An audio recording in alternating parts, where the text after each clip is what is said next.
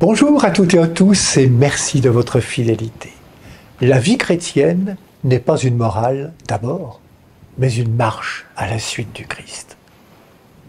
Cet homme qui s'approche de Jésus pense à lui, à sa vie après la mort. Il désire obtenir rien moins que la vie éternelle. Jésus, au risque de le décevoir, le place devant sa propre tradition, la loi des 10 paroles donnée au prophète Moïse.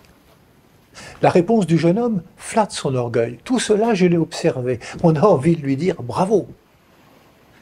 Mais sa réponse indique qu'il se situe sur un registre du respect de commandements, de lois, de principes. Jésus va alors le provoquer. Remarquez que les commandements que Jésus récite au jeune homme riche ne comprennent pas les 3 premiers, ceux qui concernent notre relation à Dieu. Au lieu de cela, Jésus nomme ce qui porte sur nos relations avec les autres. Le message est clair. Nous ne vivons pas isolés. L'amour de notre prochain est la clé de la vie éternelle. En parlant ainsi, Jésus fait sortir cet homme de son confort et l'invite à s'ouvrir aux pauvres. Vends ce que tu possèdes, donne-le aux pauvres. Cet homme prend alors conscience que pour vivre cette démarche, il lui faut se détacher de ses richesses matérielles. Et cela semble être pour l'instant un obstacle infranchissable pour lui. On peut être irréprochable dans le respect des règles, des lois, des principes, mais centré sur soi.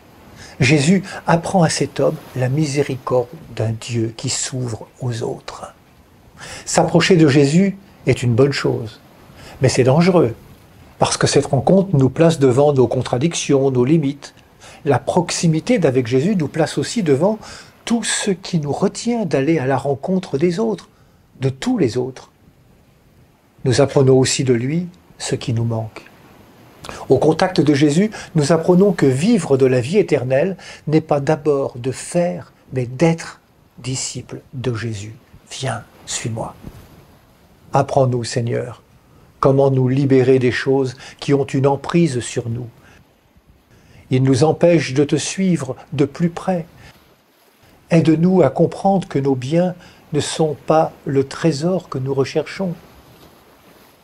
Aide-nous à construire le trésor durable d'une relation avec toi.